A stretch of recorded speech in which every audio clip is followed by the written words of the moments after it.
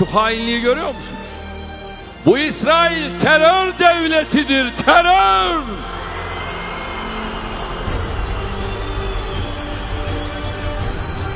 Ve 14 yaşındaki çocuğu gözleri bağlı olarak bu teröristler bakın ne halde sürüklüyor.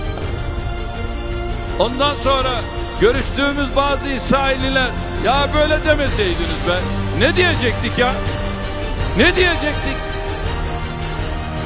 Kudüs bizim gözümüzün nurudur. Kudüs'ü çocuk katili bir ülkenin insafına terk etmeyeceğiz.